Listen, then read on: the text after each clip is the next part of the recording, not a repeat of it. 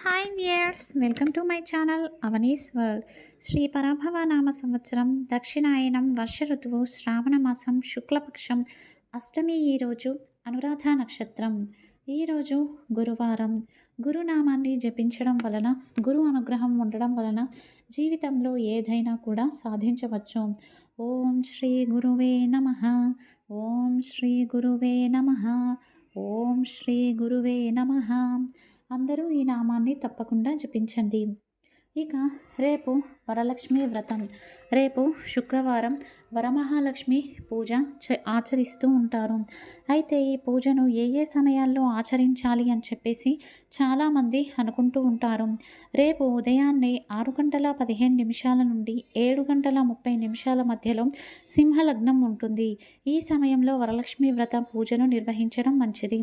లేదా మధ్యాహ్నం వృశ్చిక లగ్నంలో 12:30 నుంచి 1:30 మధ్యలో చేయొచ్చు. లేదంటే సాయంత్రం కుంభలగ్నం 6 గంటల నుంచి 7:55 వరకు ఉంటుంది. సో ఈ సమయంలో అయినా కూడా మీరు వరలక్ష్మి వ్రతాన్ని ఆచరించవచ్చు. ఇక వ్రత కథ గురించి, వ్రతం గురించి భవిష్యత్ పురాణంలో ఉంది. చాలామంది వచ్చే శుక్రవారం పౌర్ణమి రోజు ఆచరిస్తే మంచిది అని చెప్పేసి అంటూ ఉంటున్నారు. కానీ ఆ రోజు పౌర్ణమి ఉదయం 9 గంటల వరకే ఉంటుంది. కావున అలా మీరు ఆచరించాలి అనుకుంటే శాస్త్రాల్లో వ్రతంలో కూడా పౌర్ణమి ముందు వచ్చే శుక్రవారం ఆచరించాలని మాత్రమే ఉంది. ఇక పౌర్ణమి ముందున్న శుక్రవారం రోజు వరలక్ష్మి వ్రతాన్ని ఆచరించాలి. రేపు ఉదయాన్నే నీటిలో కల్లుప్పు, గోమూత్రము, చిటికెడు గోమయము వేసి ఇంటిని శుద్ధి చేసుకోండి. అలాగే ఇంటి ముందు ముగ్గు ఖచ్చితంగా వేసుకోవాలి. అదేవిధంగా మామిడి తోరణం ఇంటికి కట్టుకోవాలి. గుమ్మానికి పసుపు కుంకుమతో అలంకరించాలి. ముగ్గు లేకుండా ఇంట్లో ఎలాంటి పూజను నిర్వహించకూడదు. అదేవిధంగా స్నానం చేసే నీటిలో చిటికెడు గంధాన్ని, కాస్త ఇలాచీ పొడిని వేసుకొని కుటుంబంలోని సభ్యులంతా స్నానాన్ని ఆచరించడం వలన శుక్రగ్రహము, బుధగ్రహము అనుగ్రహం అనేది ఉంటుంది. ఇక కలశ స్థాపన అనేది తూర్పు వైపు కానీ పడమర వైపు కానీ పెట్టండి.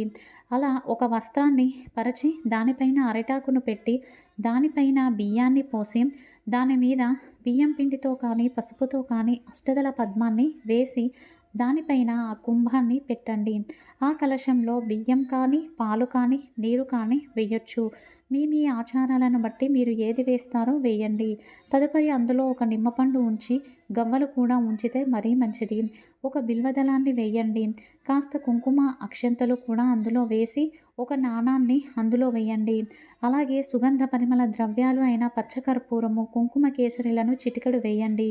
తదుపరి ఆ కలశానికి పైన మామిడాకులు పెట్టి దానిపైన ముఖంగా శిరస్సుగా నారికేలాన్ని పెట్టండి. మీకు ఇంట్లో లక్ష్మీ ముఖం ఉన్నట్లయితే దాన్ని నారికేలానికి పెట్టవచ్చు. లక్ష్మీ ముఖాన్ని కొంతమంది వెండితో, కొంతమంది బంగారంతో, కొంతమంది ఇత్తడితో చేస్తూ ఉంటారు. అది మీ ఇంట్లో ఉన్నట్లయితే పెట్టండి.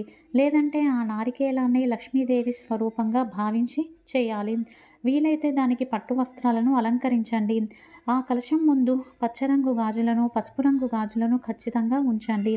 ఇక అమ్మవారికి కమలా పుష్పాలు అంటే చాలా ఇష్టం. తామర పూలు, ఎర్ర తామర పూలు, తెల్ల తామర పూలు, కొన్ని బ్లూ కలర్లో కూడా ఉంటాయి, అవి పింక్ కలర్. ఈ విధంగా తామర పూలతో పూజించండి. పింక్ కలర్ అంటే గులాబీ రంగు తామర పూలతో పూజించడం ఇంకా శ్రేష్టం. అలాగే అమ్మవారిని మల్లెపూలతో, మాచిపత్రంతో, అలాగే సుగంధభరితమైన పుష్పాలతోని, బిల్వ దళాలతోని పూజించండి. ఇక రేపు మొగలి రేకును అమ్మవారికి అలంకరిస్తే అమ్మవారి ఆవాహన అనేది జరుగుతుంది. కనీసం ఒక్క రేకునైనా అమ్మవారికి సమర్పించండి. ఇక చాలామంది ఏమనుకుంటున్నారు అంటే, మనం వేసుకునే ఆభరణాలు అమ్మవారికి అలంకరించవచ్చా అంటే, ఆ బంగారు ఆభరణాలను కడిగి పాలతో శుద్ధి చేసి అమ్మవారికి అలంకరించవచ్చు. కానీ రుద్రాక్ష, తులసి మాలలు ఏవైతే మీరు ధరిస్తారో వాటిని అలంకరించకూడదు. అలాగే మీరు వేసుకునే పాత వస్త్రాలను అమ్మవారికి అలంకరించకూడదు. కొత్త వస్త్రాలనే అలంకరించాలి. అమ్మవారి ముందు నేతి దీపాన్ని సమర్పించడం చాలా మంచిది.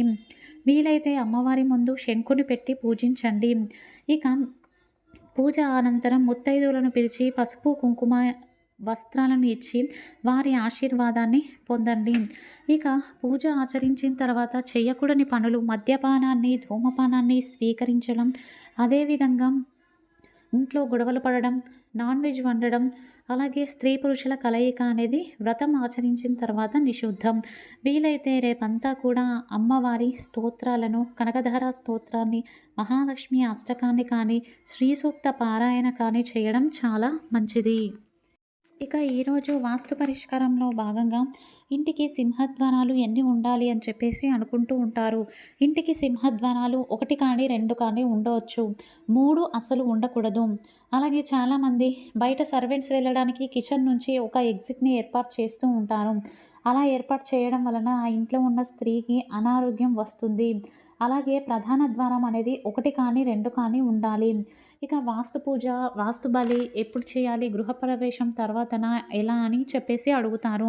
గృహప్రవేశం ముందు రోజు రాత్రి వాస్తు పురుషునికి వాస్తు బలి చేస్తారు. తదుపరి గృహప్రవేశం చేస్తారు. అలా చేయడం వీలు పడని వారు గృహప్రవేశం ఉదయాన్నే ఆచరించిన తర్వాత, పూజ, వేదపారాయణం జరిగిన తర్వాత తదుపరి వాస్తు బలి అంటే అష్టదిక్పాలకులకు వాస్తు పూజ అనేది చేస్తారు. ఇక రేపు ఉదయం పూజ. రేపు గంధం కలిపిన నీటిని చేతిలో పట్టుకొని కనకధార స్తోత్రాన్ని పారాయణ చేసి బిల్వ వృక్షానికి సమర్పించుకొని ఆ బిల్వ వృక్షం చుట్టూ ప్రదక్షిణలు చేసి అమ్మవారికి మాకి ఆర్థిక అభివృద్ధి జరగాలి, మా ఇంట్లో ఉన్న దరిద్రం పోవాలి, అదేవిధంగా చేసే అన్ని పనుల్లో మాకు విజయం చేకూరాలని ప్రార్థించండి. మీ జాతకంలోని గ్రహదోషాలు తొలగిపోవాలంటే ఈరోజు సాయంత్రం పసుపు కొమ్ములను మాలగా చేసి ఏదైనా గురుదైవానికి కానీ, దుర్గాదేవికి కానీ అలంకరించి గురుపాతికా స్తోత్రాన్ని కానీ, బృహస్పతి స్తోత్రాన్ని కానీ పారాయణ చేయాలి. ఇది ఈరోజు సాయంత్రం ఆచరించవలసిన పూజ. ఇది ఈరోజు video. Thank you for watching.